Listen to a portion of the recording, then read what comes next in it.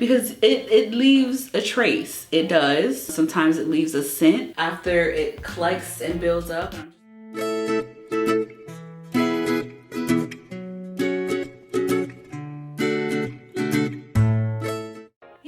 Welcome back to my channel. I'm Zoya Day, licensed esthetician, and this is Day's Beauty Room. And in today's video, I'm going to be giving you 8 of my top hygiene tips that I have picked up over the years of being an esthetician and a full body waxer. I have seen people, you know, up close and personal. So I'm going to give my 8 hygiene tips that I feel like everyone should know, you know. So before we get started, make sure you hit that subscribe button and that notification bell, and let's get into today's video.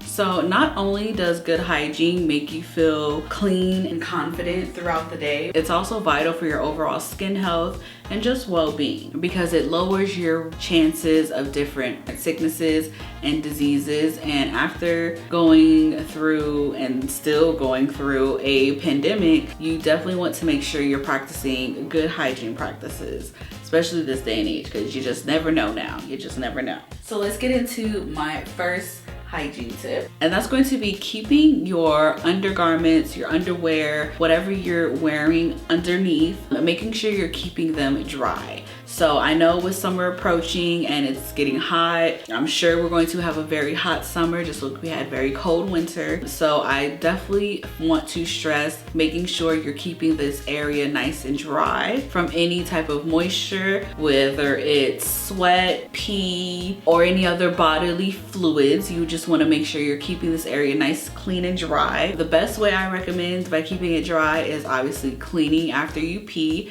and that goes for men too. We're gonna have a one-on-one right here. We are. Just make sure after you pee, you still gotta wipe. You still gotta wipe. And that is definitely something that you want to make sure you're taking care of, because it leaves a trace. It does. Sometimes it leaves a scent after it collects and builds up, and I'm just talking about urine. It does. It smells, especially if you guys aren't, you know, drinking your water and eating vegetables and all of that fun stuff. It's going to smell, and it's going to linger after a while, and it's going to linger on your underwear as well. And that's where the itching and the irritation and all other types of viruses and illnesses can come from if you are not being clean and hygienic down there. So another way to making sure you're keeping this area dry is by wearing cotton underwear. Now ladies, I know wearing the cute thongs and sexy lingerie is going to be very fun, but you also want to be cautious of how you're going to be sweating in that area and how long you are going to be wearing these other undergarments, because they will eventually start to cause irritation,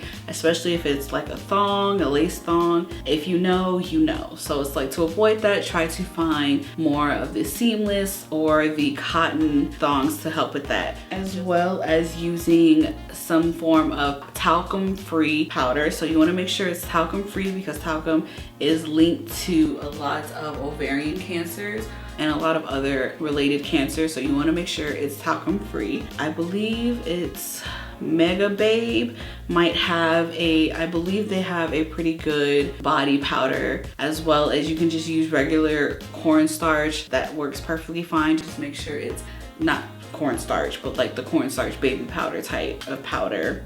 Don't just go around throwing cornstarch down there, unless, you know, if that's what your grandma used to do and if it works for you, work. But just anything that is going to be talcum free is what you're going to want to look for. That's the most important thing to take away from here. Okay, so let's go on to tip number 2. So this goes back to kind of the first one where we talked about, you know, making sure you're wiping after you pee. You also want to make sure you're wiping in the right directions and making sure you are peeing after intercourse. Now, when I talk about wiping in the right direction, for ladies, front to back, you know the drill, front to back is the best way to wipe, because you don't want to wipe anything from the back to the front, creating, you know, infections and cross-contaminations, all kinds of just unnecessary health issues and health risks over time. So to avoid that, wipe front to back. Also very important to make sure you are peeing after intercourse. Now, this is going to help make sure that you're releasing any type of other body fluids, as well as anything like lube or residue from the condom that would have been exchanged with your body fluids. You don't want to let it just sit in the vaginal canal, because it will start to create, you know, odor over time. It will start to create itchiness. That's where bacterial vaginosis comes into play, and yeast infections and all of that unwanted illnesses. So making sure you are peeing after intercourse, just quickly run to the bathroom, do your thing, hop right in bed, no problem. Now we're gonna go ahead and go on to tip number 3. So tip number 3 is going to be making sure you wash your hands first and foremost all the time when you need to, because you know we're still in a whole pandemic. So making sure you wash your hands, same CDC guidelines, but as well as washing your hands before you touch any sensitive parts of your body, whether that be your face, your private parts, front or back.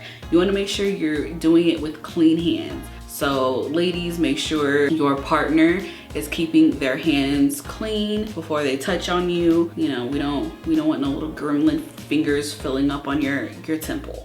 So tip number 4 is going to be making sure you're getting your vital nutrients and vitamins through healthy eating or taking, you know, dietary supplements like probiotics. Probiotics are going to be very, very good because they're going to feed the good bacteria in your body.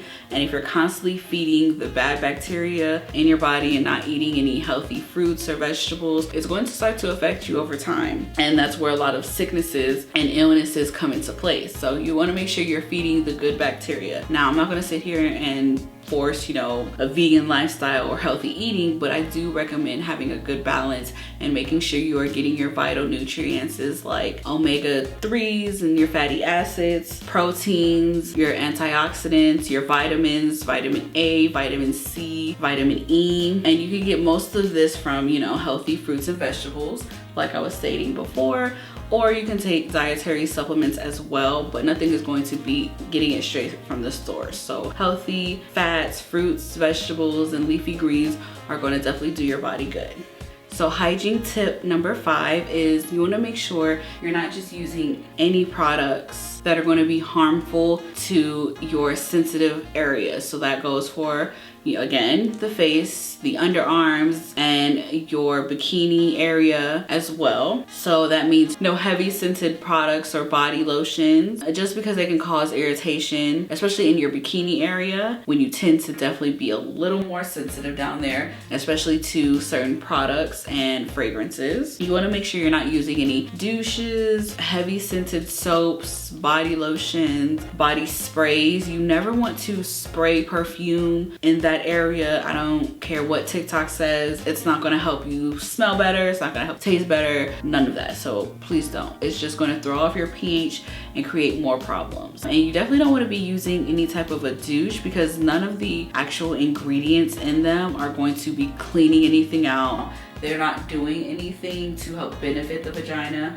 It's actually killing off more good bacteria than bad. So because the vagina is self-cleansing, you don't really need anything extra to clean it, because all you're going to end up doing is throwing off your pH balance, like I said, and creating unwanted issues like bacteria vaginosis, yeast infections, and just itchiness, irritation, depending on what kind of chemicals they're even putting in them. So you just want to steer clear of it to avoid any issues. So tip number 6 is going to be making sure you're changing your tampons, pads, and any type of sanitary products you are using every 4 to 6 hours. Even if you're using a cup, I definitely recommend at least changing it every 6 hours. I know you can wear them a lot longer than normal sanitary products, but you definitely want to make sure you're not overdoing it, because again, it is a foreign object in your body and you don't want your body to start rejecting it or creating any issues because you have it in too long.